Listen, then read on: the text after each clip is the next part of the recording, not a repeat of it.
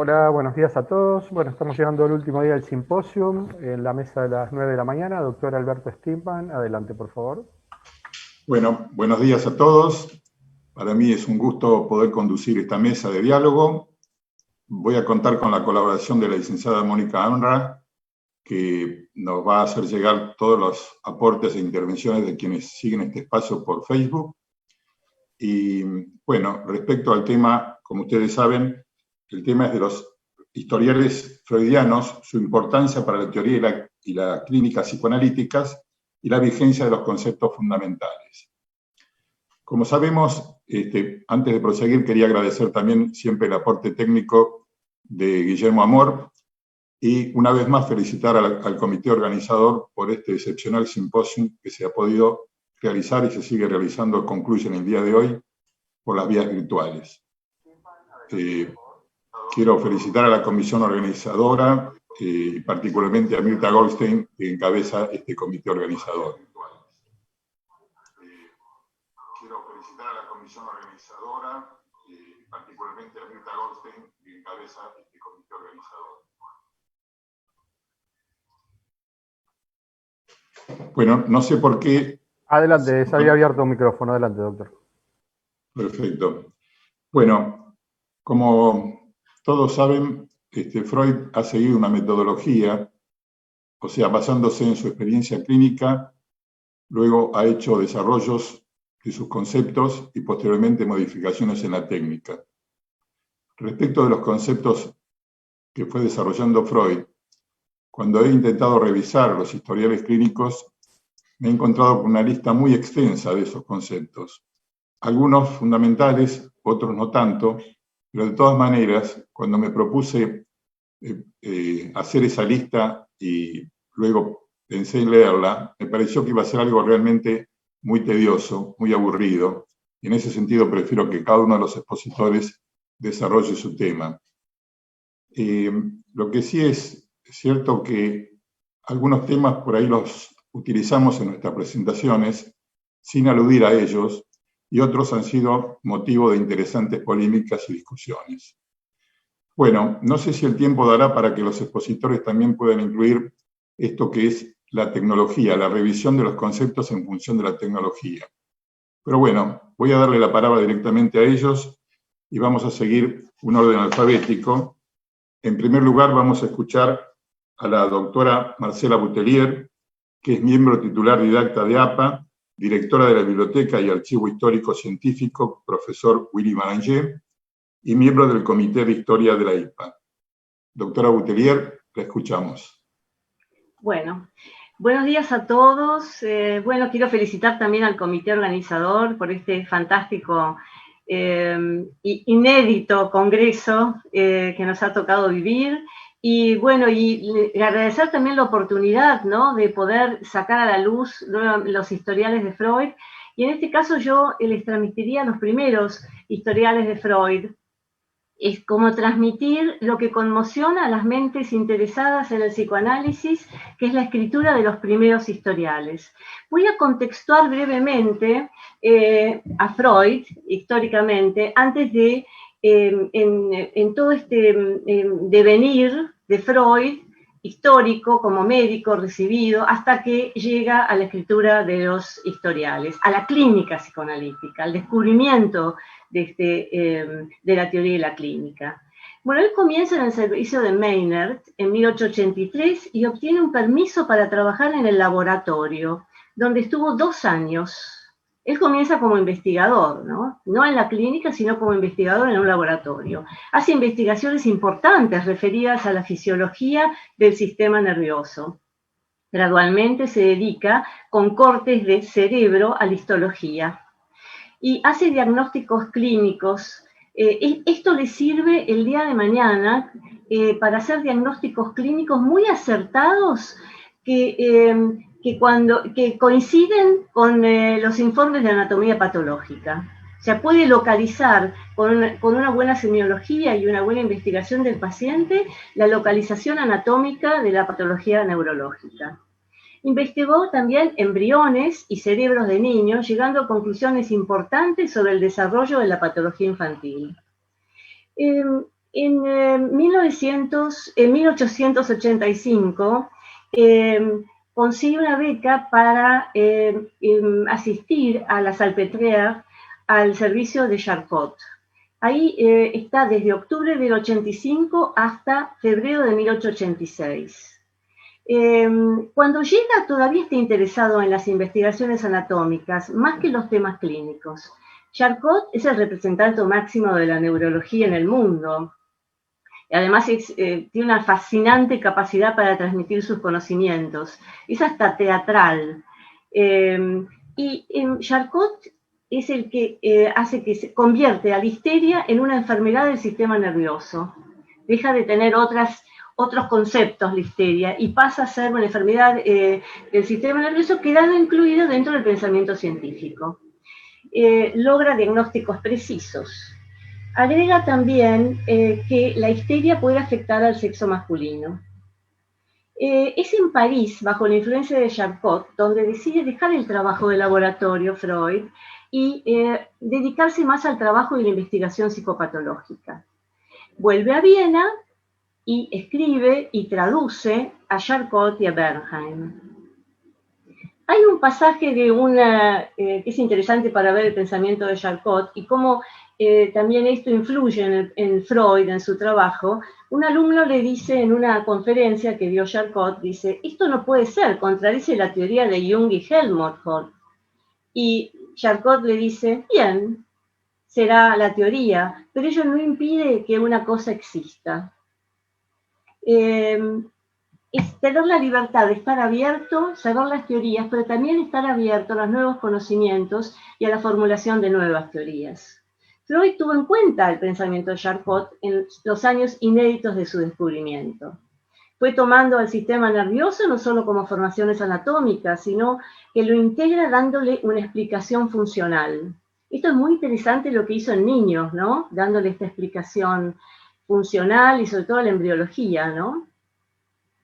En los escritos de Freud sobre neurología se destaca el libro de las afasias. El libro es Afasia y Jones dice, en él podemos tener la primera impresión auténtica de lo que llegaría a ser Freud en los años ulteriores. Nos demuestra el razonamiento ajustado, la lucidez, la argumentación persuasiva y sugerente, una sincera discusión de las objeciones y la notable capacidad de ordenar el material que llegaron a ser característicos de sus obras. Tenía 35 años. Asimismo, fue un destacado investigador de las parálisis infantiles, repito, y escribió un capítulo para la Enciclopedia de la Medicina de Nothnagel en 1897, cuando ya estaba mucho más interesado en la psicopatología. Escribe con Breuer la comunicación preliminar con los 5 historiales. Es un trabajo en conjunto. Bueno, Breuer tempranamente hace su aparición y hacen una gran amistad con Freud. No solamente escriben, investigan, tienen intereses en común. Y Breuer se conocieron en la década del 70 en el Instituto de Fisiología y los unía, obviamente, el interés por la fisiología del aparato del sistema nervioso. En diciembre de 1880 y a junio de 1882, Breuer trata un caso de histeria, Ana O. Ana consulta por la enfermedad y muerte de su papá. Frente a los síntomas físicos de la paciente, Breuer se convence de estar frente a una grave alteración psíquica de doble conciencia separada. Uno reconocía su entorno, estaba triste y angustiada, pero lo esperable para el presente de la paciente. La otra alucinaba, se portaba mal según Breuer, insultaba, rasgaba almohadas, iba alternando entre una conciencia y la otra. En el primer estado vivía una vida como todos los demás. En el segundo estado de conciencia vivía en un pasado de 1 o 2 años antes, que había olvidado por completo y que tendría que ver con algún terror vivenciado cuando cuidaba a su padre enfermo. Esta conciencia del pasado ejercía influencia sobre la conciencia normal actual. Breuer nota que cada síntoma desaparece tras el relato relacionado con la enfermedad del padre, datos que suministraba durante la sesión de hipnosis. Esto lo podemos llamar como el método catártico, el momento que el paciente puede expresar y sacar a la luz las situaciones de esa segunda conciencia. Este caso fue escrito por Breuer, pero después están los escritos por Freud. Emmy von R. en 1892, Freud dice al principio que para que pueda visualizarse el estado de la enferma a mi proceder médico, acaso lo mejor será que reproduzca las notas noche a noche que redacté según lo que la paciente va manifestando en las primeras 3 semanas. O sea que él escribe eso como que todavía no sabe cómo reproducir las sesiones. Entonces reproduce día a día, todos los días, lo que pasa con la paciente. Hace una historia clínica día a día. El caso de Emmy, ella consulta porque su marido muere repentinamente cuando ella está cursando el puerperio de su segunda hija. Hizo 7 semanas de tratamiento un año y 8 semanas al año siguiente, con 2 sesiones de hipnosis por día. Los días que siguieron continuó el tratamiento con baños, masajes 2 veces diarios y sugestión hipnótica. Durante el baño y los masajes, Emmy entabla una conversación con Freud, con apariencia enteramente normal, donde aparecen alucinaciones terroríficas que Freud retoma a continuación en la hipnosis, y que están ligadas a ocasiones traumáticas infantiles guardadas en su memoria, apareciendo con toda la vividez de aquella realidad. Freud escribe: mi terapia consiste en borrarle esas imágenes de suerte que no vuelvan a presentarse a sus ojos. En apoyo a la sugestión, se las tacho varias veces sobre los ojos. Esto hace a través de la hipnosis. A través de la hipnosis se utiliza el método de la sugestión. Durante el masaje, antes de la hipnosis, mi influjo se hace valer todas las veces, se apacigua más clara mentalmente y aún sin inquisición hipnótica haya la razón de su desazón del momento. Esto ocurre durante los masajes, o sea, la paciente empieza a hablar. Antes de la hipnosis, Freud le escucha. Lo que tiene Freud es que él va escuchando a los pacientes y va modificando, por ejemplo, en este caso, no va directo a la hipnosis, sino como ve que la paciente en los masajes y en el baño habla, él respeta ese momento y lo va a llevar progresivamente a descubrir la asociación libre. Refiere recuerdos, impresiones antes de la hipnosis, que han surgido en la última conversación y desemboca en forma inesperada en reminiscencias patógenas que ella pone en palabras sin que se lo pidan. Es como si hubiera apoderado del procedimiento y aprovechara la conversación. En apariencia laxa y guiada por el azar para complementar la hipnosis. Es esta quizás la primera oportunidad en que se empleó lo que más tarde sería el método de la asociación libre.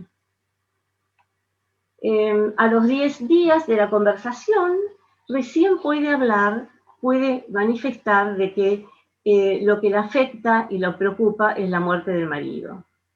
Porque Freud en la conversación le dice si hay algún suceso de la vida que le ha producido el efecto más duradero y le aflora como un recuerdo con mayor frecuencia, y ella dice la muerte del marido. Freud le pide que relate esta vivencia en detalle. En ocasiones, cuando Freud insiste y le hace preguntas sobre sus malestares físicos, Emmy le dice con expresión de descontento que no debe estarle preguntando siempre de dónde vienen las cosas o la otra, sino que la deje contar lo que tiene para decir. Freud le concede el pedido y ella continúa relatando acerca del marido muerto. Luego de la conversación previa, durante el baño y el masaje, Freud continúa utilizando la hipnosis para desplegar el material relatado previamente, intercambiando preguntas puntuales. Pero va descubriendo en su paciente que los síntomas físicos no se modifican con la hipnosis y que consigue mejorarla en la vigilia a través de las charlas. También descubre que el enfermo enuncia primero las impresiones y conexiones del pensamiento de menor valor, y producidas en el último término, y que solo al final llega a la impresión primaria, la cual es quizás la más importante como causa. Las hipnosis pronto resultan infecundas y las utilizaba para impartir solamente enseñanzas. Este caso no serviría como ejemplo de la eficacia terapéutica del método catártico, dice Freud. Solo resultaron eliminados de manera realmente perdurable los síntomas patológicos en los que se había ejecutado el análisis psíquico.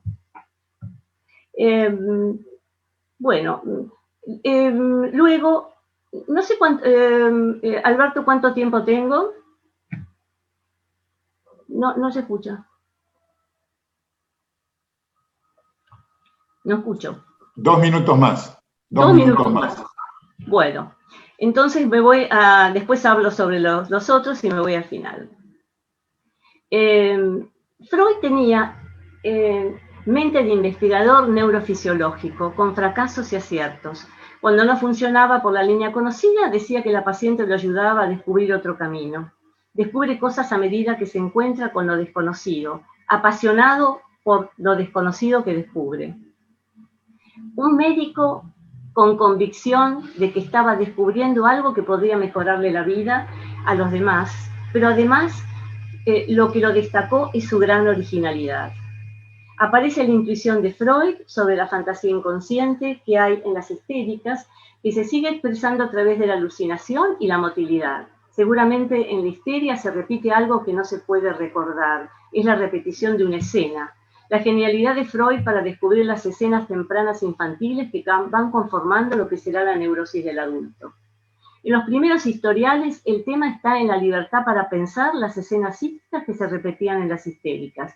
Los inicios tuvieron progresos lentos y trabajosos. Leer los historiales me introdujo en los inicios del psicoanálisis, cómo se iba configurando la técnica y la hipótesis sobre el inconsciente. Hoy vemos con frecuencia que se atribuye a lo manifiesto el trabajo psicoanalítico. Los historiales ayudan a centrar al Freud extraordinario que descubre el inconsciente, testimonio de la genialidad freudiana.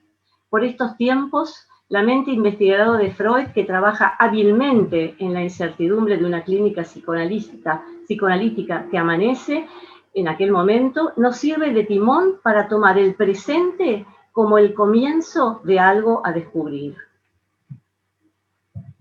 Bueno, muchas gracias, Marcela. Muy interesante tu presentación. Quería aclarar respecto de un pedido que surgió de los colegas de Brasil, que por favor los expositores hablen más despacio para que los puedan seguir mejor. Bueno, le voy a dar la palabra ahora a la licenciada Cristina Rosas de Salas, que es psicoanalista, miembro titular de APA, docente del Instituto Ángel Garma, y es autora del libro El dolor en los límites de lo analizable. Cristina, adelante. Habilita el micrófono, por favor. Sí. Gracias, Alberto. Gracias por la invitación. Y es un gusto compartir la mesa con Marcela Butelier y con Julio Rusconi. Y, bueno, lo primero que se me ocurrió cuando armé esta presentación fue el afiche del simposio. Y en algunos flyers, o no sé de qué depende, aparece una sola persona sobre una roca, en otras aparece 3 personas, y no sé por qué pensé frente a una delgada línea que traza un lápiz sobre algo que pareciera ser un abismo, ¿no?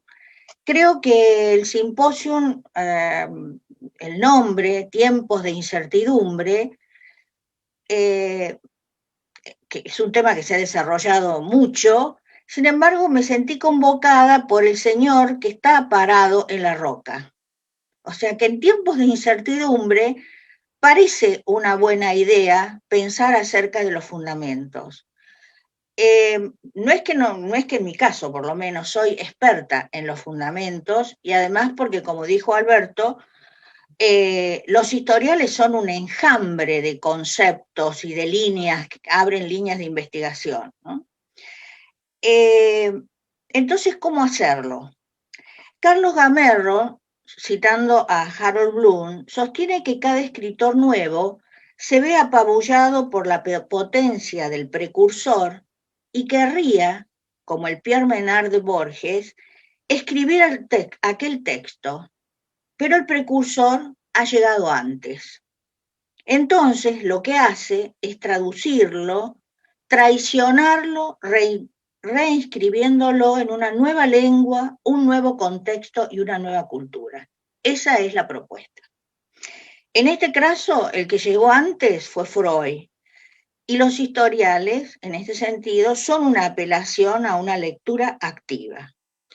En esta ocasión no haré una reflexión sobre la riquísima relación que hay entre la escritura y el psicoanálisis en general, sino que me centraré en los historiales clínicos pensados como un género particular por sus modos y finalidades de redacción. Voy a empezar por las finalidades. En mi experiencia, la escritura de la clínica y el deseo de compartir un relato clínico siempre surgió de una pregunta, de un obstáculo, de una captura contratransferencial a desanudar, de un baluarte entrevisto a posteriori o de una deserción inesperada. En ese sentido, es un compromiso ético. En tanto, del lado del analista, supone una elaboración de situaciones de desconcierto, de sorpresa, de intensidades contratransferenciales eróticas u hostiles. El relato clínico lo rescata, lo pone nuevamente en su posición y lo pone en un proceso de elaboración colectiva. En ese sentido, también es un modo de transmisión del pensamiento y de la práctica analítica y del psicoanálisis como método de investigación. En tanto, en su escritura, el caso avanza en la elaboración, no solo por lo presentado, sino por los comentarios que generan los interlocutores. Por ejemplo, es frecuente observar, luego de una presentación entre los asistentes, la aparición de relatos que crean un clima de pensamientos clínicos compartidos. ¿Qué me refiero? No porque coincidamos, sino porque se crea un clima de pensamiento clínico. Por otro lado, también es una forma de sacar a luz una práctica y de su articulación con una teoría que siempre será a posteriori, aceptando la distancia que hay entre lo que ocurre en el campo analítico y su relato. En ese sentido, bueno, por lo menos la definición que a mí me gusta, la metapsicología siempre será el reverso pensado, porque la redacción de un historial pone en juego la articulación de la práctica con la teoría y exige, de alguna forma, la interrelación entre lo particular y lo universal que está en el centro de la noción clínica misma. Por otro lado, el relato, como pasa con los historiales, queda abierto a sucesivas retomas, a su relectura posterior, a su reestructuración por venir. En este punto, los historiales freudianos son un clásico, en tanto son textos sobre los cuales cada generación debe decir algo, dice Carlos Gamerro, como sucede con los clásicos en la música. A mí todos los ejemplos que se me ocurren son referidos a la música, al arte, ¿no? Donde se pueden hacer todas las variaciones posibles, pero hay algo de la esencia que permanece, que permite, ¿no? A veces el trazo del pincel, a veces en una zapada musical alguna línea que uno puede seguir. Ahora, hay autores muy importantes, como Lacan, por ejemplo, que no trabaja sobre casos clínicos personales, ¿no? Son varios los psicoanalistas que le estudiamos que no presentan su clínica. En ese sentido, Isabel Rudinesco dice que esto no debería ser tomado como una carencia, porque este hecho revela que la clínica psicoanalítica debe, al fin de cuentas, ser concebida como un texto elaborado a partir de otro texto a que aquel intenta conferir inteligibilidad. Así cada uno podrá armar su texto sobre el texto. Ejemplo de eso, en este mismo simposio, por ejemplo, el grupo Pie de Página discutió con un grupo Estilos, ¿no?, sobre un material de Ella Sharp, ¿no?, con una experiencia muy interesante. Así los historiales requieren de una creciente apropiación, atravesar la meticulosa enumeración de detalles que Freud ofrece con la paciencia de un acercamiento progresivo hasta el momento de hacer una lectura propia de los mismos, que seguramente irá variando a lo largo del tiempo. Respecto de los modos de lectura, lo que yo voy a ofrecer es una de las posibles. La metodología usada por Freud, hay una estrecha vinculación entre el relato de cada historial, una pregunta teórica o muchas veces una polémica que frecuentemente termina por analizar solo desde la teoría en otro texto. Para mí hay un ejemplo como paradigmático que es Inhibición, Síntoma y Angustia, donde revisa los historiales, pero para reconsiderar un concepto que ha sido central en su primera tópica, que es el concepto de regresión. Después, si hay tiempo, voy a referirme a esto un poquito. Entonces, como decía Alberto Stigman, meterse con los historiales es meterse como en una selva conceptual, es más que arborescente. Entonces, yo voy a tomar la metodología para hacer algunas puntuaciones en una polémica que recorre varios historiales y que es la referida a los registros tempranos, su veracidad, sus modos de retorno y su incidencia en la práctica. ¿Por qué se me ocurrió tomar esta línea? Porque lo infantil será tema de nuestro próximo Congreso Internacional de Vancouver y eso da cuenta de su vigencia. Para marcar líneas en un posible debate, diré que en los historiales es posible, poco aleatoriamente, los elegí yo también, marcar 3 momentos o 3 líneas de lectura.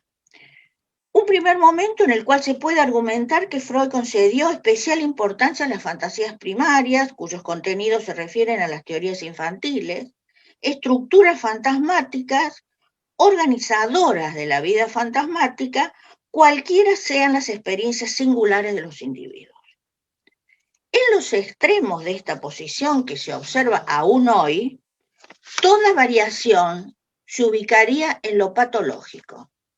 El ejemplo actual más evidente son las polémicas por los múltiples desenlaces del Edipo clásico, es decir, le hemos tenido que agregar al complejo de Edipo, complejo nuclear de la teoría, lo de clásico, lo cual quiere decir que hay algo de la clínica que produce una modificación en el sentido de que nos advierte de las lecturas dogmáticas de los conceptos fundamentales.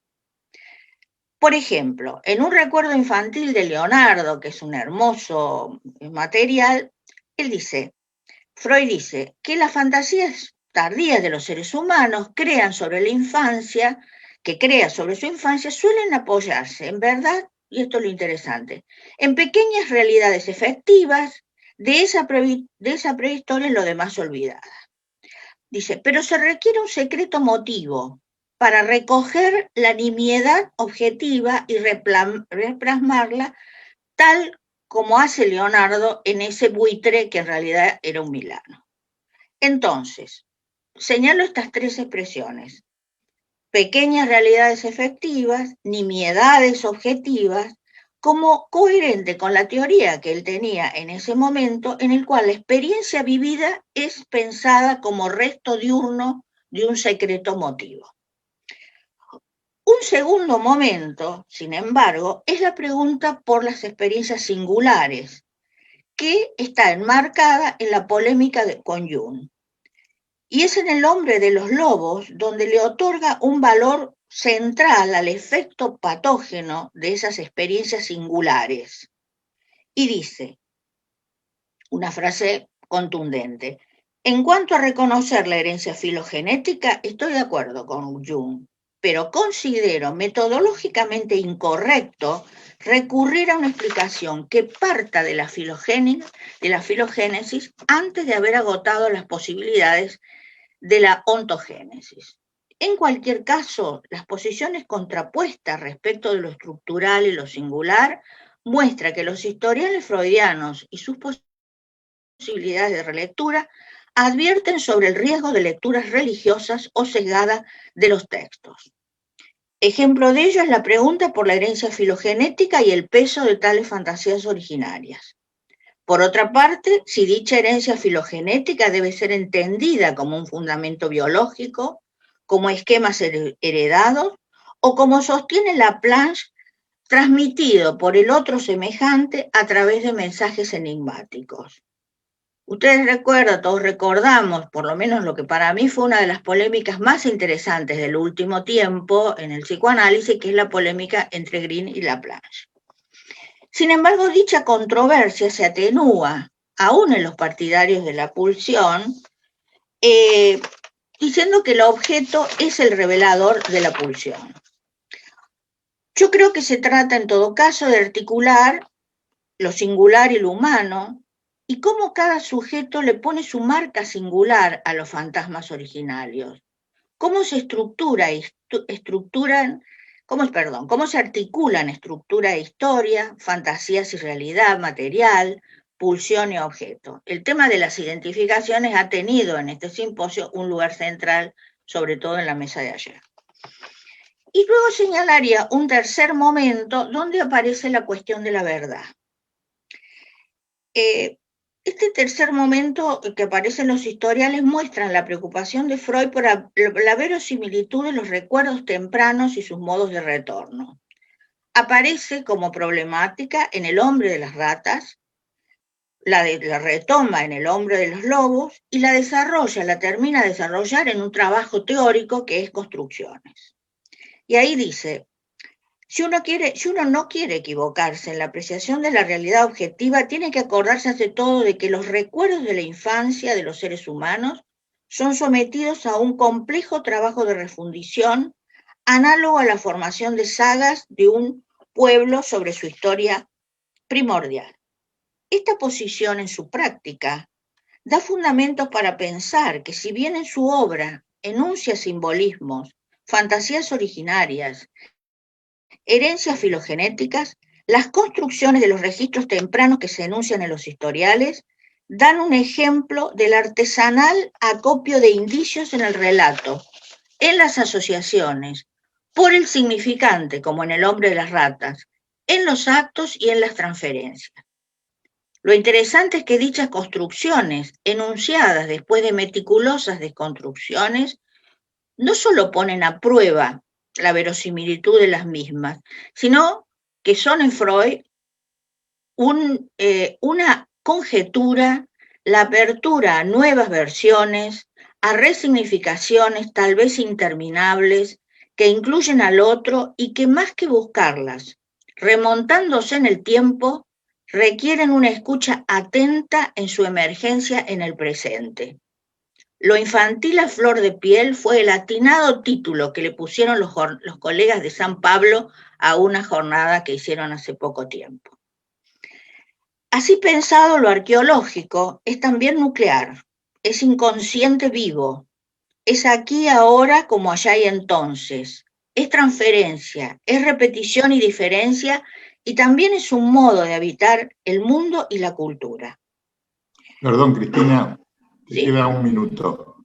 Bueno, no, solo decir que desde mi lectura, y en esa línea sigo, para el psicoanálisis, la prematuración y el desamparo, la giflosis Key, no son principalmente biológicos. En tanto, en el humano, lo natural es nacer en una cultura, y que se trata entonces de teorizar sobre momentos de máxima indefensión y de máxima falta de palabras, lo que señala la ineludible relación con los portavoces al que advenimos, atravesados, quienes a su vez están atravesados por sus propias pasiones, deseos y creencias. Gracias. Muchas gracias, Cristina. Bueno, le voy a dar la palabra ahora al doctor Roberto Julio Rusconi, que es miembro titular de APA en función didáctica y es profesor del Instituto de Psicoanálisis Ángel Garma desde 1985. Doctor Rusconi, lo escuchamos. Gracias, Alberto. Bueno, en principio agradezco la invitación a esta mesa, donde el tema no da para 10 minutos, da para varios seminarios. Así que lo que voy a hacer fundamentalmente es, con mi gusto siempre por interrogar el título mismo de esta mesa. Primero, los historiales freudianos. ¿Cuáles son los historiales freudianos? Porque clásicamente es de cierto ordenamiento, más la traducción de Strachman como apareció en Ballesteros, en la traducción de Ballesteros, siempre se habló, y no es de acá, mundialmente, de los 5 historiales. Dora, Juanito, el hombre de las ratas, Schreber y el hombre de los lobos. Pero, como bien nos recordó Marcela Boutellier, están aquellos otros historiales de la prehistoria psicoanalítica, de la época del descubrimiento del neurólogo, ¿no? Emmy von Ennemis, Lucy, Caterina, Elizabeth von Ehret. Pero después tenemos los historiales ya más psicoanalíticos. Ahora bien, de estos historiales, en verdad, solo podríamos decir que son Dora, el hombre de las ratas y el hombre de los lobos, porque Juanito no fue un paciente analizado por Freud, fue una supervisión, la supervisión que Freud hizo del análisis que el padre de Juanito llevó con Juanito.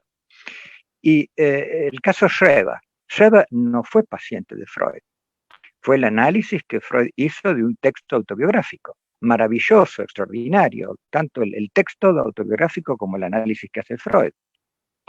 Y realmente queda afuera de estos historiales, se deja de lado, uno podría preguntarse por qué, otro historial importantísimo de Freud, el de la joven homosexual, donde Freud plantea algo muy importante como concepto, que es que lo que podemos decir en general, decidir, bueno, una persona es homosexual, es heterosexual, él toma 3 elementos a tomar en cuenta. Él toma la constitución sexual, anatómica, toma la elección de objeto y toma cuál es la posición sexual del sujeto. Y estas 3 son 3 variantes que son importantísimas para entender desde el punto de vista psicoanalítico muchísimas discusiones actuales acerca de la posición sexual, el género, etc. Pero hay más. Mencionó Cristina hace un momento a lo que Freud dice de Da Vinci. No es un historial, pero casi. El análisis que hace un texto de Gradiva es casi un historial. Es un análisis meticuloso de esta historia de Jensen. Por supuesto, hay otro análisis que Freud hace, que es el de la neurosis demoníaca, el análisis del pintor Cristóbal Heitman. Por supuesto, estos no son tratamientos, no son historiales clínicos en el sentido del relato de un tratamiento, pero es riquísimo en cuanto al análisis que Freud hace tanto de Gradiva como de Christoph Heitman, como de Schreber, o también los comentarios que hace de Da Vinci o de Dostoyevsky en Dostoyevsky y el parricidio. O sea que tenemos, por un lado, los que son los tratamientos y por el otro lado, los que podemos incluir también como historiales, aunque no son historiales clínicos de un tratamiento llevado a cabo por Freud, pero donde nos muestra cómo aborda la historia que está relatada en un texto. Y por supuesto esto también está pleno de conceptos, está la importancia que justamente tienen los historiales, porque cada 2 páginas hay varios conceptos, o cada página encontramos un concepto. Encontramos definiciones que Freud no pone cartel, definición de tal cosa, pero lo dice de una manera que lo vamos a reencontrar y articular con infinidad de otros textos. Como dijo Cristina, hay un enjambre, ¿no? Y Marcela y Alberto, ¿no? Todos mencionaron de alguna manera ese enjambre que hay, ese hilo que va articulando los distintos conceptos a través de los escritos teóricos y también de los historiales. Cuando Cristina Rosas decía, bueno, Lacan no nos ha dejado un historial, pero el caso M es prácticamente un historial. Y recordé el historial quizás más extenso y cuidadosamente escrito, que es el que hizo Melanie Klein del caso Richard, análisis de un niño, que es un historial maravilloso para quien quiera entender a Melanie Klein, porque en cada nota al final de la sesión trae conceptos, es un manual de clínica kleiniana y de teoría kleiniana también, que está muy en desuso Melanie Klein últimamente, pero era una clínica extraordinaria. Bueno, volviendo a Freud. El título era Los ideales clínicos, los ideales freudianos y vigencia de los conceptos fundamentales. Pasa lo mismo que con la cuestión de los historiales clínicos, de decir, bueno, ¿cuáles son los historiales? Por eso planteaba el interrogante. Y con los conceptos fundamentales pasa lo mismo. Bueno, ¿cuáles son los conceptos fundamentales? Hay varias versiones. Por ejemplo, Freud plantea en 2 artículos para la enciclopedia lo que él consideró los pilares básicos. Los pilares básicos, a saber, la existencia de procesos anímicos inconscientes, la resistencia, la represión, la importancia de la sexualidad y el complejo Edipo. Y por otro lado, cuando menciona estos pilares, dice algo que voy a retomar. Dice, quien no los acepte todos estos pilares, no debería considerarse dentro del psicoanálisis. Es decir, ahí marca una línea divisoria entre qué es psicoanálisis y qué no es psicoanálisis. Después vamos a volver sobre este punto. Eso en cuanto a lo que él llama pilares básicos. Pero por otra parte, habla de supuestos fundamentales. En el esquema dice que hay 2 supuestos fundamentales. Uno, que la vida anímica es la función de un aparato que representa como un telescopio o un microscopio. Y después habla del segundo supuesto fundamental, que realmente es un supuesto fundamental que conmueve la estructura y que parecería ser olvidado muchas veces o no tomado en cuenta, que es cuando dice que los procesos presuntamente somáticos son lo psíquico genuino, que es inconsciente. Es fuertísima esta aseveración de Freud. Es decir, que para él lo que llamamos somático, presuntamente somático, es lo psíquico genuino, que es inconsciente.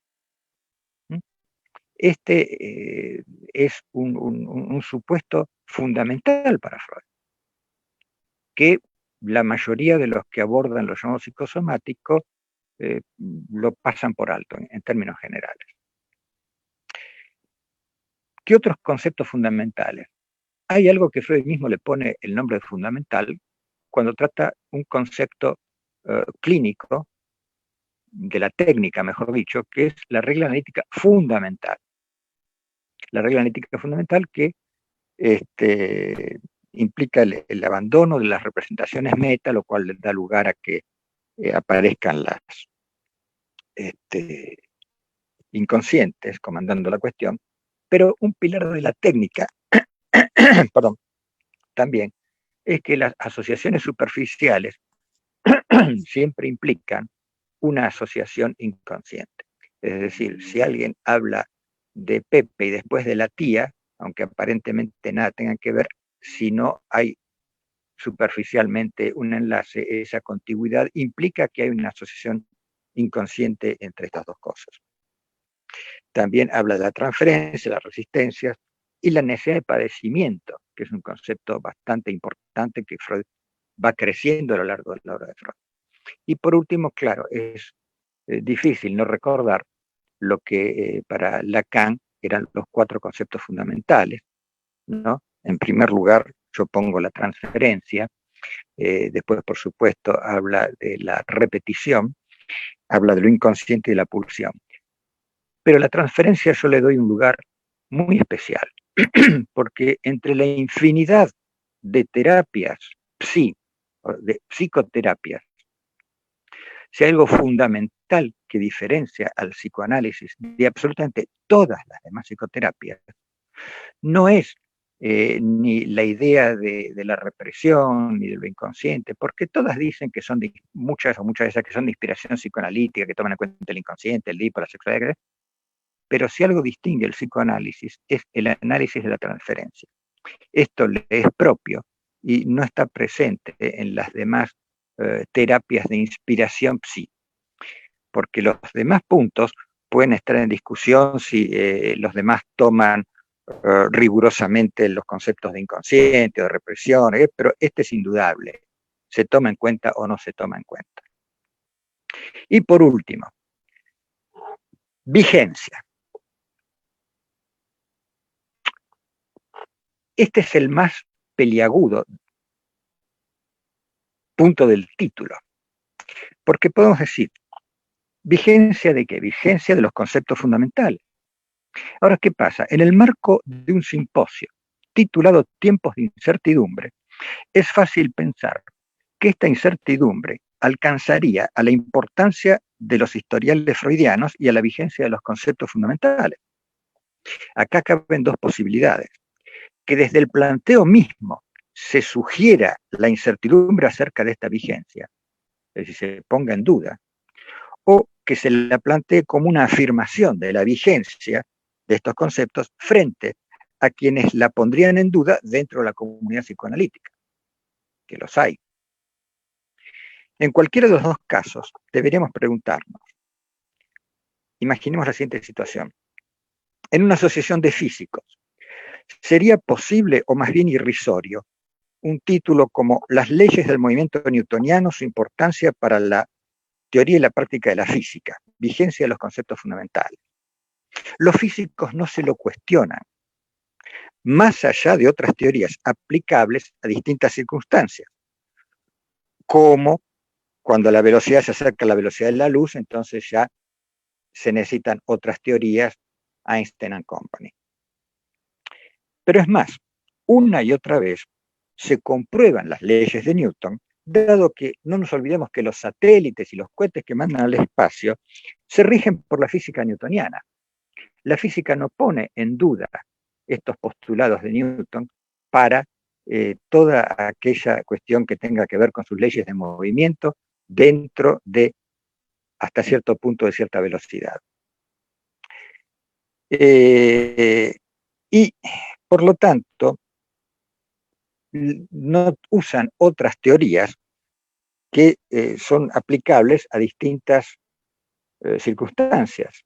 Es decir, hay otras teorías, pero no es que superen a Newton, son agregados, son teorías que permiten ir más allá, pero no es que Newton ya no tenga vigencia. Quiero decir esto, que no debemos pensar los conceptos y aceptarlos dogmáticamente. Bueno, es obvio que esta no es la idea. Freud mismo nos dice que aún el concepto de pulsión, que dice es un Grundbegriff, un concepto fundamental, es una provisionalidad.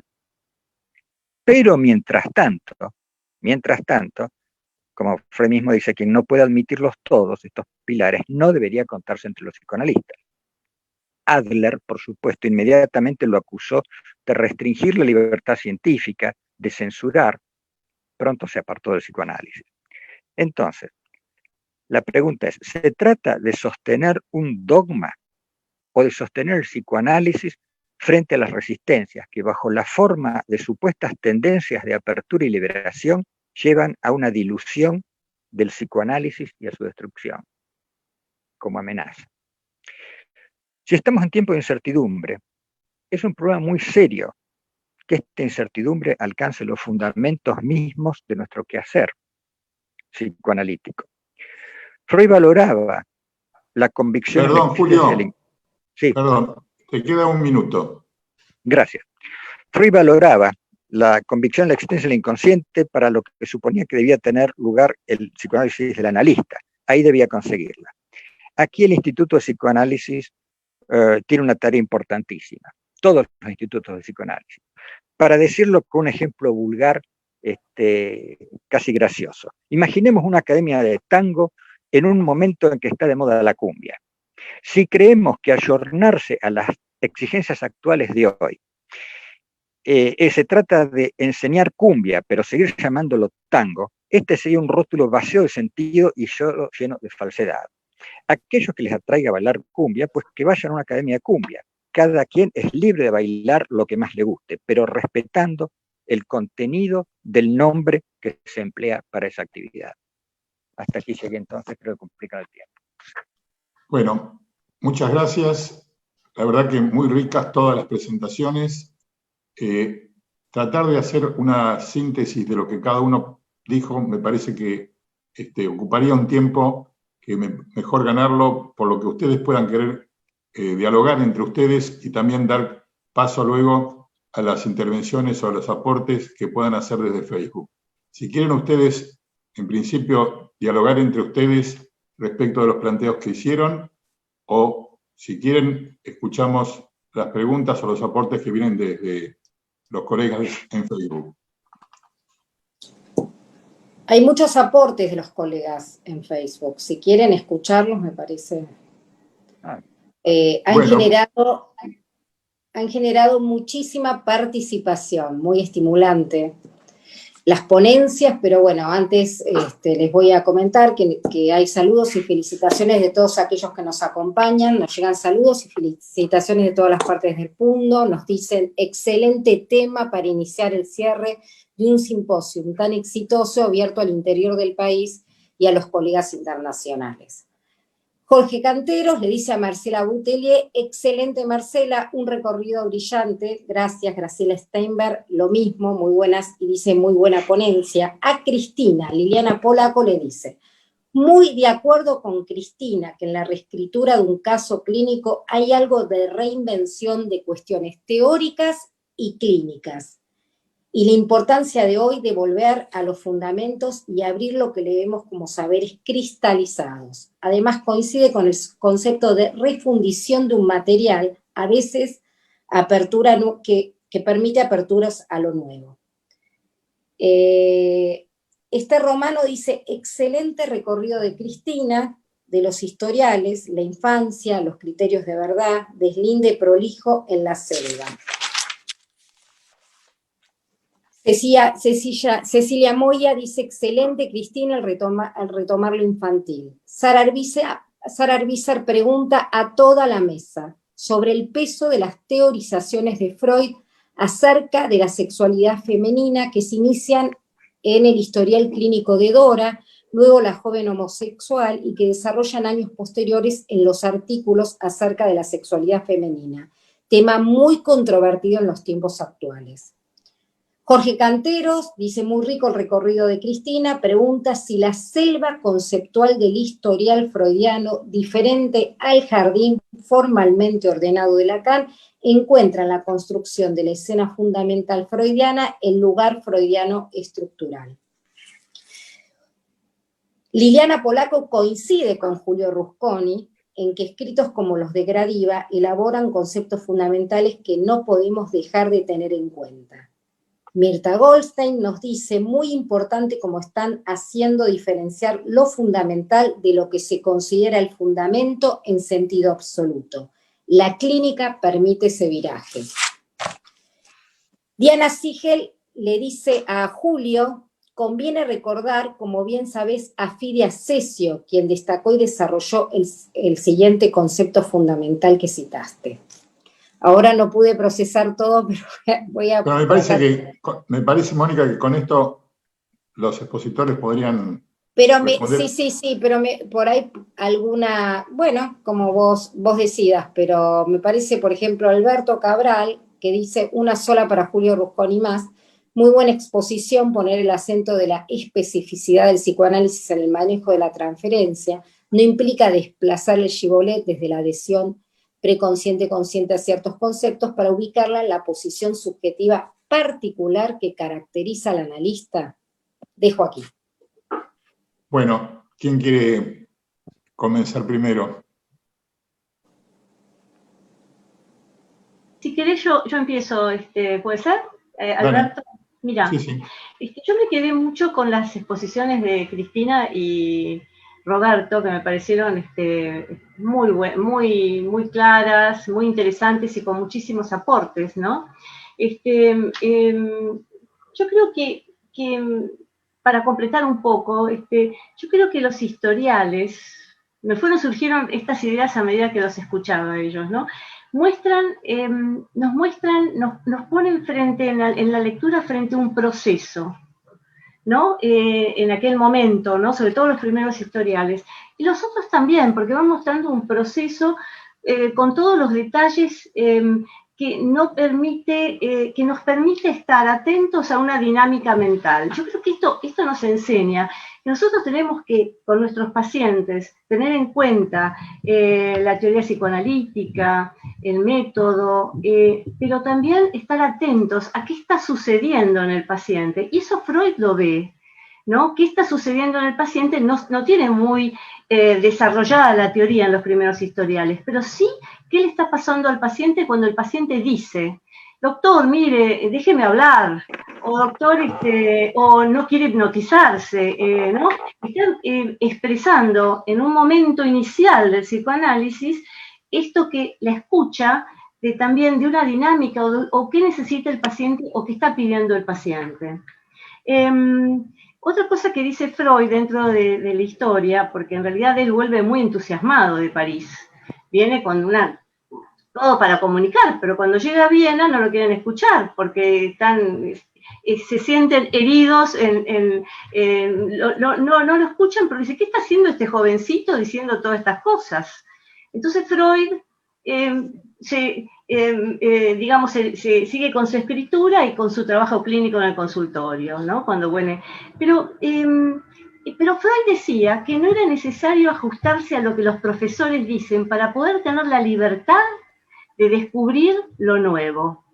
Y después tomo algo que decía Marie Baranger acerca de Freud. Dice, son genialidades de los textos que dejan un hilo abierto para seguir pensando, decía Madé con respecto a la lectura de Freud. Y después con respecto a Roberto, cuando dice de los que no son historiales, son riquísimos todos los escritos de Freud, porque en realidad Freud, si no son historiales, pero él aplica la teoría psicoanalítica, ¿no es cierto? Y se ve cómo se aplica, nos enseña cómo aplicar fuera de la clínica, ¿no?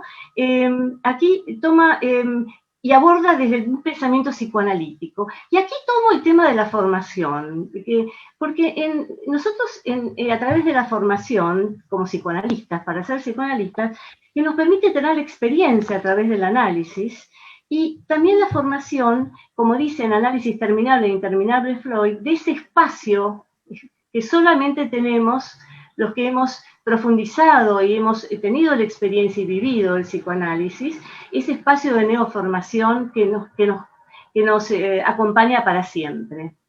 Bueno, por ahora nada más. Gracias, Marcela. No sé si bueno, quiere ¿puedo seguir. decir algo? ¿Puedo decir algo? Sí, sí.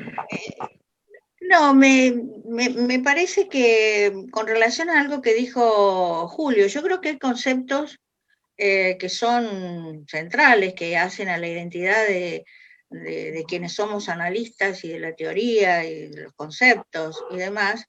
A mí me gusta la idea de las variaciones, me parece. O sea, es tango, tomando el ejemplo de Julio, es tango, pero hay múltiples formas. Y me parece que poner en diálogo dentro del tango. Dentro del tango, sí.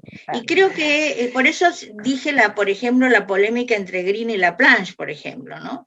Me parece que poner en diálogo las variaciones que implica, porque decir, bueno, inconsciente, muy bien, estamos todos de acuerdo, transferencia, estamos todos de acuerdo, pero cuando nos ponemos en serio como a desarmar estos conceptos, encontramos diferencias muy notorias entre las distintas líneas teóricas y en la práctica. Yo, por ejemplo, dije como al pasar, ¿no? Cité, porque es un tema que a mí me interesa particularmente, que lo infantil hay que escucharlo atentamente en el presente. Y por otro lado dije que en Inhibición, Síntoma y Angustia, Freud hace una revisión del concepto de regresión. Probablemente si solo tomáramos esa línea, encontraríamos diferencias fundamentales, pero no imposibles de diálogo, entre dos conceptos que son centrales en la teoría, porque, digamos, aparecen en el libro de los sueños y aparecen en la segunda tópica también, ponerlos a dialogar. Me parece que el riesgo es, cuando se habla de esto, de los conceptos, ¿cómo es que dice el título? Conceptos de los fundamentos, claro, es transformarnos en cuidadores de las tablas, decían Baranger y Mon, allá lejos y hace tiempo, ya en el año 83 en un congreso de FEPAL, ¿no? Es decir, como mantener un cierto equilibrio que a mí me gusta pensarlo como variaciones acerca, ¿no? Donde por eso también rescato las experiencias individuales, porque me parece que lo que hace a la movilidad de estos conceptos fundamentales son las experiencias singulares y los apremios que nos llegan desde la clínica. Digamos, es la clínica la que nos lleva a pensar esto que decía Sarita Arbiter, ¿no? ¿Cuál es la concepción de Freud acerca de la feminidad? Y bueno, tendremos que ver, porque en la clínica se nos plantean otras cuestiones que han forzado, por ejemplo, puede ser un detalle, hablamos de Edipo, ¿no? Como complejo nuclear, pero ahora le hemos agregado Edipo clásico y desenlace no sé si eso está, pero me parece que hay algo de la clínica que nos ha hecho pensar en las múltiples presentaciones y en los múltiples desenlaces de ese Edipo. No es que estamos cuestionando a lo mejor solo el concepto de Edipo, hay una demanda desde la clínica que, bueno, si nos interesa, nos podemos poner a pensar. Ya pareciera que haber pasado a hablar de función, por ejemplo, materna y paterna, ya no alcanza. Ya no alcanza.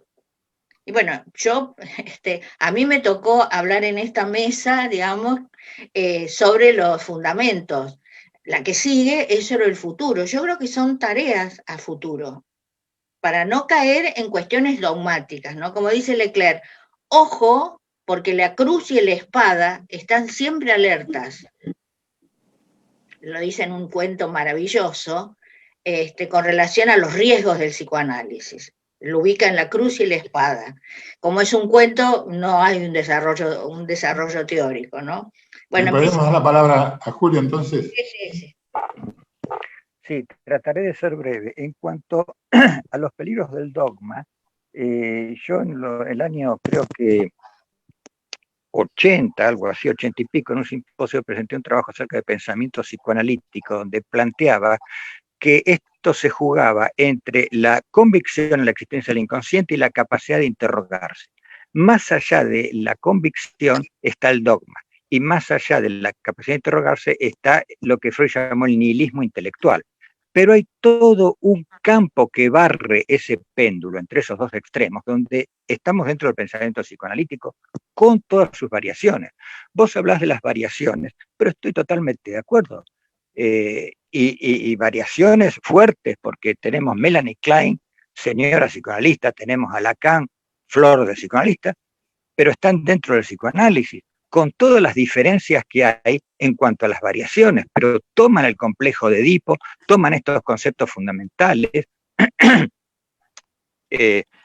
no dejan de lado esto. A eso me refería con los conceptos fundamentales. Cuando vos decís, bueno, hay otros desenlaces, pero Freud ya planteaba los diferentes desenlaces del complejo de Edipo. Cuando habla de pegan a un niño, dice, bueno, es una cicatriz del complejo de Edipo, es una particular manera de resolver el complejo de Edipo que puede culminar en el masoquismo, perversión o el masoquismo moral, pero es una variante de del desenlace del complejo de Edipo, que son muchos, más allá del que podía ser el clásico. En cuanto a los historiales, también es muy importante la motivación de por qué Freud dice él que escribió cada historial. Cuando escribe el historial del hombre de las ratas, dice, bueno, es para continuar lo que dije en 1896, en Esencia de la neurosis obsesiva, en su segundo capítulo de las neuropsicosis de defensa. Cuando escribe El hombre de los lobos es porque está en discusión con Jung, y cuando escribe Dora dice que es para mostrar la importancia de los sueños, Es lo que dice, pero después, por supuesto, manda todos los conceptos que va descubriendo y que entra en discusión, como dijiste en División, Síntomas y Angustia, revé a Juanito y al hombre de los lobos. El hombre de los lobos vuelve a reverlo en Análisis Terminal e Interminable. O sea que estoy totalmente de acuerdo con las variaciones, pero dentro del psicoanálisis. Si vos querés bailar el tango con todos los firuletes que quieras, estás dentro del tango. Ahora, si bailás cumbia, ya es otra deja cosa. de ser tango, es otra cosa. Quería rescatar el comentario de Diana Siegel acerca de Cesio, porque efectivamente creo que fue quien nos conmocionó a todos. Recuerdo en el año 70 y pico, no recuerdo si habrá sido 73, 74, que en una presentación entonces en el CIP subrayó esto del el segundo concepto fundamental, ¿no? del psicoanálisis acerca de lo somático presuntamente, que era lo genuinamente psíquico, y que fue una conmoción y que todavía conmueve. Pero hay, así como Cesio, también otro recuerdo que a mí no se escucha bien. particularmente me abrió un panorama. ¿Ahí me escuchan? Sí, Julio. Sí, salió un poquito entrecortado, ahora se escucha bien. Bueno, fue casi un detalle cuando Abadi, recuerdo en un seminario, dice, la investidura, o sea, la besetsu, la investidura, catexis, carga, como la quieran llamar, es la significación. Porque Freud hay dos lugares, uno temprano en el proyecto y otro en neurosis y psicosis, donde dice investidura y entre besetzum y entre paréntesis pone bedeutung, significación, lo cual nos lleva a que dejémonos de embromar de hacer investidura con la flechita, con esa concepción fisicalista.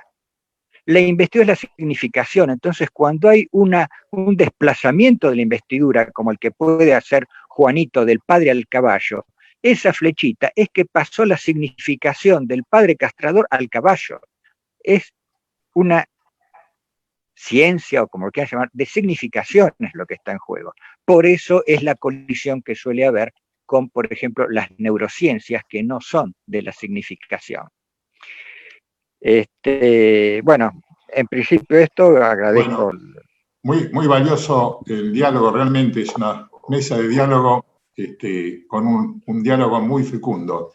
Les agradezco, vamos a dar lugar a otras intervenciones en Facebook. La respuesta que hasta ahora ha surgido en parte es la de Cristina con respecto a Sara Sussman de Arbisser, pero quedan otras intervenciones y las que podamos escuchar ahora que Mónica nos va a traer. Quiero contestarle a Jorge, la pregunta de Jorge Canteros, que me pareció muy, muy importante también. Que él dice si el armado de la escena fundamental, no me acuerdo exacto cómo lo dice, ¿no? Pone cierto orden. No sé si pondría orden, pero sí lo que tengo claro es que no es un momento conclusivo, es como relanzar una historia, volver a reescribir.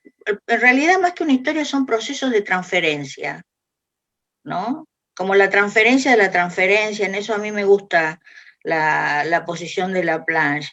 Y no sé, no puedo decir el autor, pero hay una poesía que dice, después de atravesar todos los velos, tengo los ojos llenos de luz, ¿no?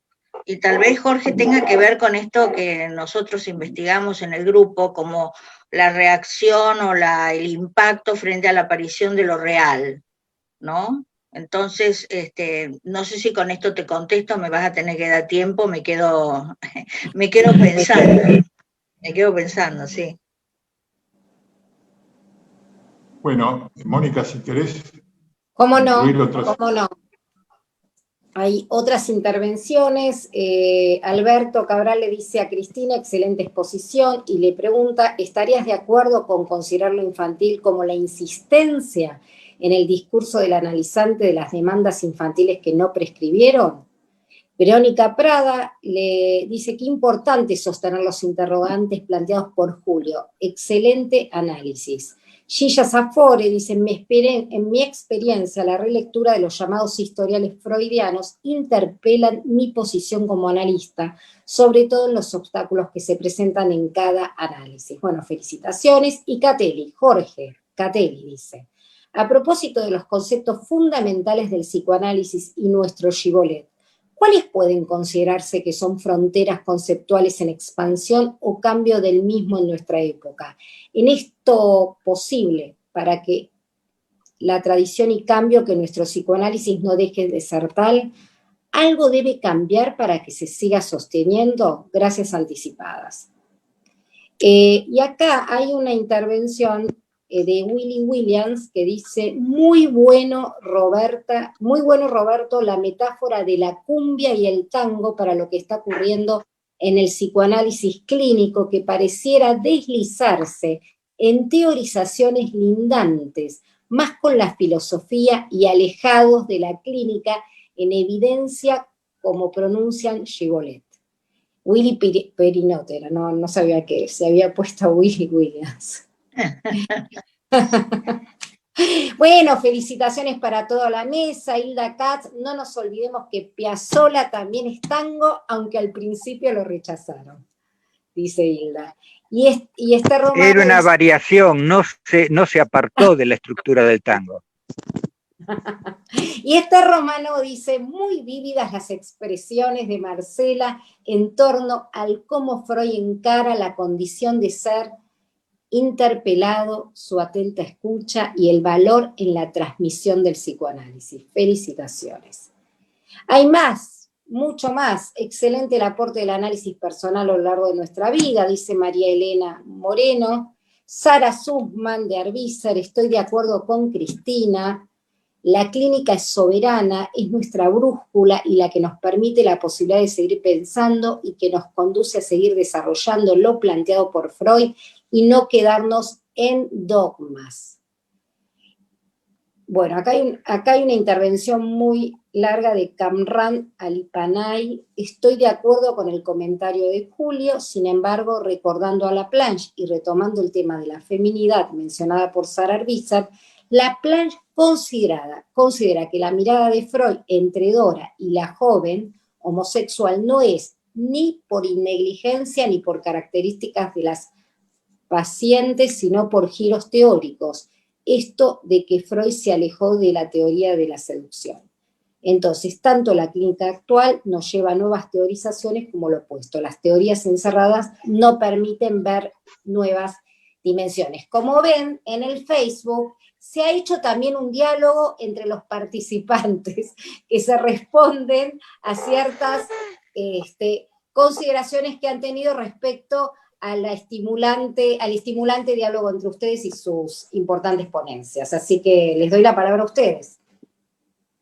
Pues sí. ¿Quién quiere seguir? Yo. Porque me resultó muy interesante el comentario de Hilda, ¿no? Que Piazzolla también es tango, porque yo lo asocio con una idea que a mí me gusta, que es las resistencias que genera lo heterogéneo.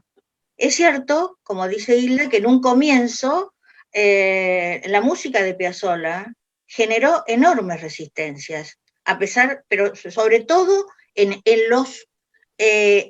el tango, no en otras, no tanto, digamos, en los clásicos o en los del jazz, en el mundo del tango. O sea que habría que pensar que ciertas variaciones van a generar resistencias en lo personal, que sería por donde deberíamos empezar, pero también dentro de lo institucional.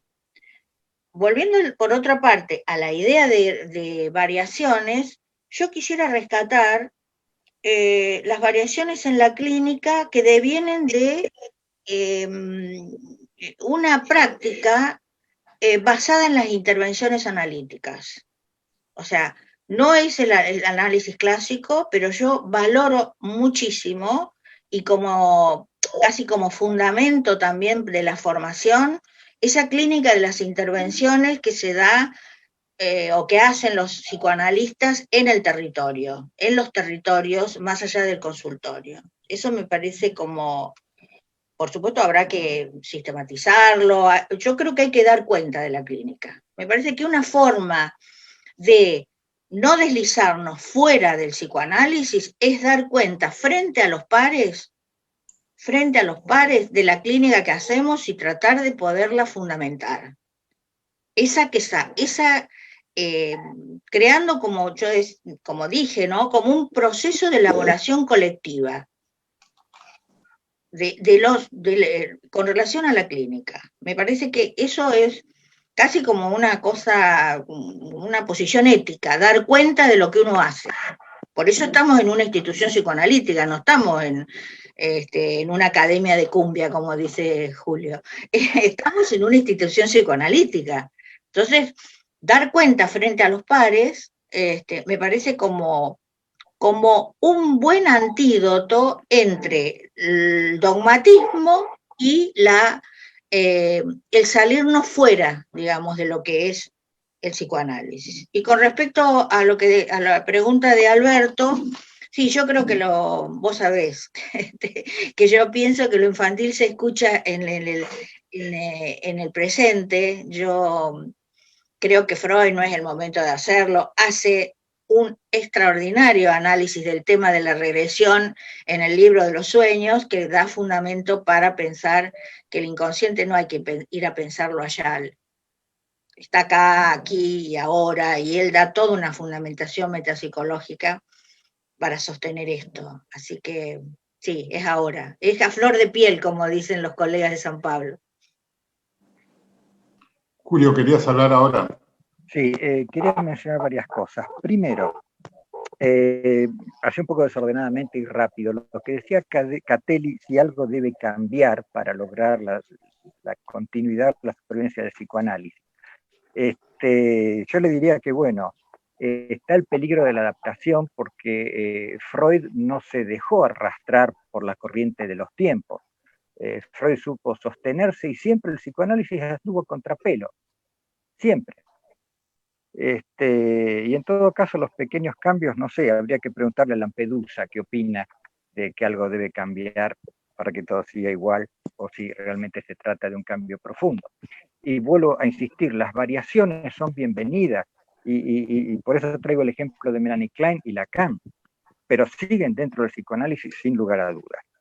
Lo de la filosofía que decía Willy Perinot, recuerdo lo que decía Lacan, que después de todo, a pesar de Lacan estar rodeado de filósofos, él decía que la filosofía es objeto del psicoanálisis.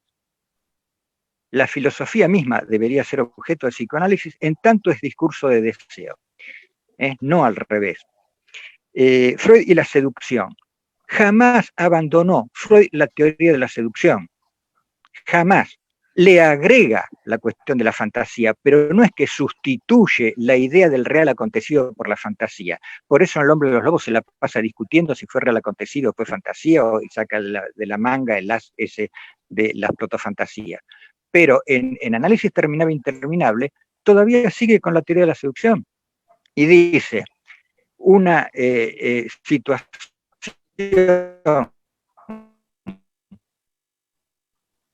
Se entrecorta, Julio. De origen, de etiología traumática, que la etiología traumática es de mejor pronóstico que cuando está basada en una fantasía, o sea que en Análisis Terminable e Interminable sigue todavía con la cuestión de la seducción. Lo del psicoanálisis en territorio más allá de la clínica me hizo acordar ese buenísimo libro que recomiendo de Roberto Harari, que hace un juego de palabras, dice psicoanálisis inmundo, ¿no? Es decir, en el mundo, pero psicoanálisis inmundo. Por último, lo de la cuestión de la feminidad y las teorías de Freud acerca de la feminidad nos permiten entender muchas cuestiones de cambios actuales en lo que hace a la cuestión de género y demás. Hemos estado trabajando con Adriana Sorrentini alguna cuestión que hace a lo del género y esto. Y, por ejemplo, se puede entender también como variante de la resolución edípica, como decía Cristina Rosas, nuevas variantes de resolución edípica, que en el sujeto nacido varón, que en un momento determinado pasa a ser trans y se dice que es una mujer, desde este punto de vista podemos entender perfectamente que es una resolución particular del complejo de Edipo en donde él pone en escena, mediante el hacerse llamar por un nombre femenino y diciendo que es mujer y haciéndose las operaciones correspondientes, agregándose los pechos y demás, hace una puesta en escena de la madre fálica, que es la madre del Edipo, que es con pene. Entonces quiere decir que Freud también nos da herramientas para comprender ciertos fenómenos. Es una salida, una variante de la salida del complejo de Edipo, que es el complejo nuclear, que nos permite entender cómo puede ser, desde lo que Freud plantea el varón homosexual, que es una identificación con la madre, a aquel que se transviste, con lo cual da un paso más, y el que directamente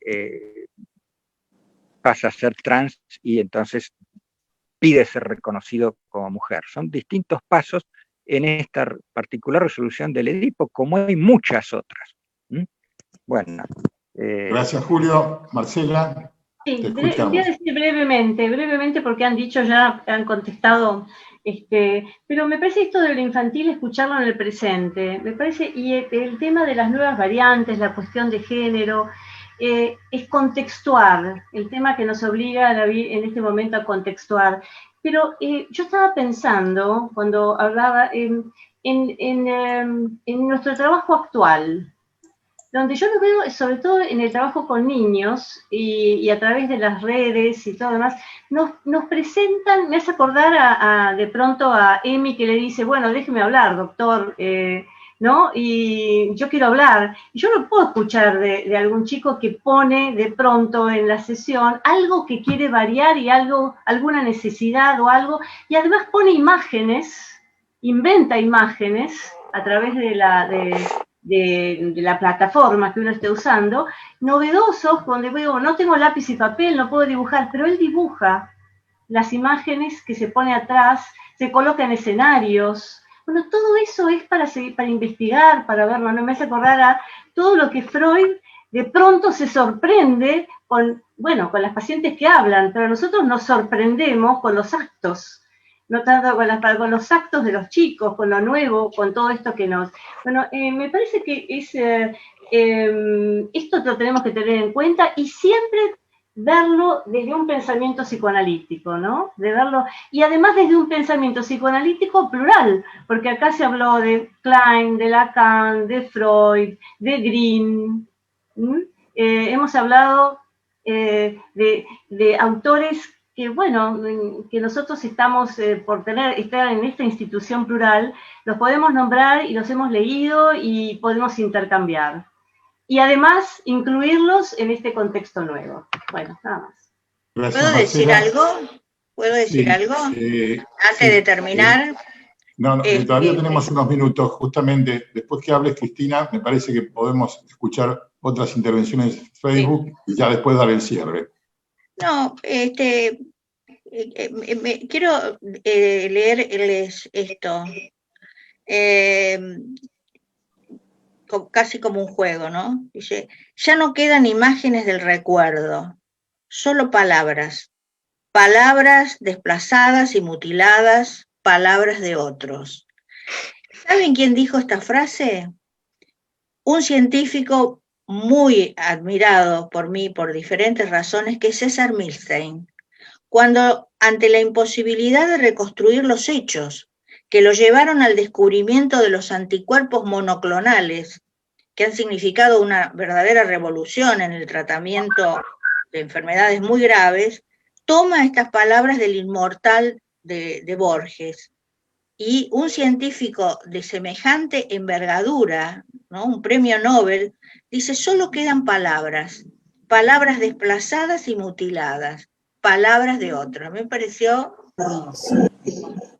Eso nada más. Mónica, gracias, Cristina. Bueno, en realidad, digamos, nuevamente repiten las felicitaciones y el agradecimiento a tan excelente mesa, a todo el aporte que han traído para discutir este tema tan esencial. De manera que quizás sería interesante dejarle la última palabra a ellos y cerrar la mesa. Bueno, lo que quieran plantear cada uno para el cierre, los escuchamos. ¿Quieren seguir el orden en que se presentaron ustedes? Vale. Bueno, Marcela. Bueno, yo tengo nada más que agradecer la invitación y la oportunidad. Yo pienso que estos momentos donde no sabemos de pronto cómo manejarnos y las cosas que se abren, yo las veo como una oportunidad que estamos teniendo, ¿no? Para poner nuestro pensamiento plural, para poner en marcha de pronto nuestro pensamiento, ese espacio que tenemos como para pensar diferente y transmitir este tipo de pensamiento y que la gente se dé cuenta, como hacen de pronto en los llamados, ¿no?, a la comunidad que ha instalado en la comisión directiva en este momento, porque nos comentaba Claudia el otro día, ¿no? Gente que nunca había hablado con un psicoanalista y de pronto que escucha tiene una manera de hablar y pensar diferente. Así que me parece que esto es una oportunidad, y gracias por la oportunidad de presentar un poco la historia y los comienzos de Freud antes de su gran descubrimiento, que lo vivimos nosotros y aprovechamos y vivenciamos, y bueno, y estamos apasionados por eso. Muchas gracias. Bueno, Cristina. No, solamente agradecer, me llevo, como siempre en estas presentaciones, me llevo las preguntas, que es lo que me resulta como más interesante, y fue un placer compartir la mesa con Marcela y con el doctor Julio Rusconi, al cual me une una larga historia, Gracias, Julio, también. Yo también he sido alumna de o participante de los seminarios de Julio, que siempre son Yo era muy joven, muy joven. Yo también, Julio, los dos éramos muy jóvenes. Gracias a la Secretaría por la mesa, y la verdad que ha sido hasta ahora un simposio fantástico.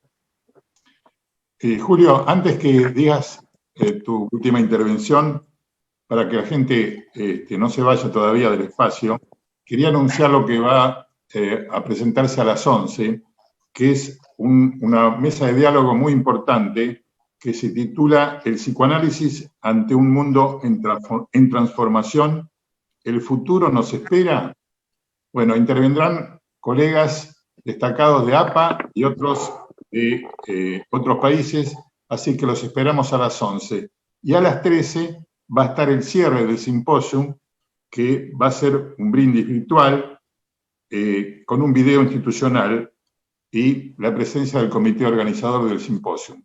Así que bueno, te escuchamos, Julio, y los esperamos luego a las 11 y a las 13. Bueno, gracias. Lo negativo que para mí tiene, para mi estilo, tiene siempre estas reuniones, que tienen esa cualidad rápida de ping-pong, y donde cada cosa que se dice, a mí me dan ganas de hablar 2 horas. Entonces quedo siempre frustrado porque cuando entramos en calor se terminó. Es decir, es como una franela que cuando se está poniendo lindo hay que dejar. Entonces queda siempre esta frustración. Ahora, ¿qué es lo rico de esto? Las preguntas que despierta, que llevan a que uno se repregunte cosas con cada formulación que hace el otro, y que hace a nuestra esencia, de nuestro defecto casi profesional de escucha. Es decir, donde justamente la escucha del otro es el estímulo para que uno pueda pensar y pensar más. Y puedo decir, cada pregunta y cada cosa que se dijo hoy sería para dictar un seminario, cada una de las preguntas. Pero bueno, queda esto para que cada uno de nosotros sigamos pensando, así que agradezco a los demás integrantes de la mesa, a vos, Alberto, y bueno, a los que han intervenido con preguntas o comentarios, y lamento los que, bueno, se habrán quedado con las ganas de una mejor respuesta. Gracias. Gracias. Bueno, muchas gracias a todos. Julio, espero que la atención que te quedó sea placentera de todas maneras, haber entrado en calor. Y bueno, es útil. Mi agradecimiento a todos. La verdad que ha sido un espacio muy grato y además muy rico en todo lo que han planteado. Bueno. Gracias, Alberto. Gracias. Y gracias, Mónica. Los esperamos a todos a las 11 horas. Ahí estaremos. Gracias. Gracias a todos. Gracias.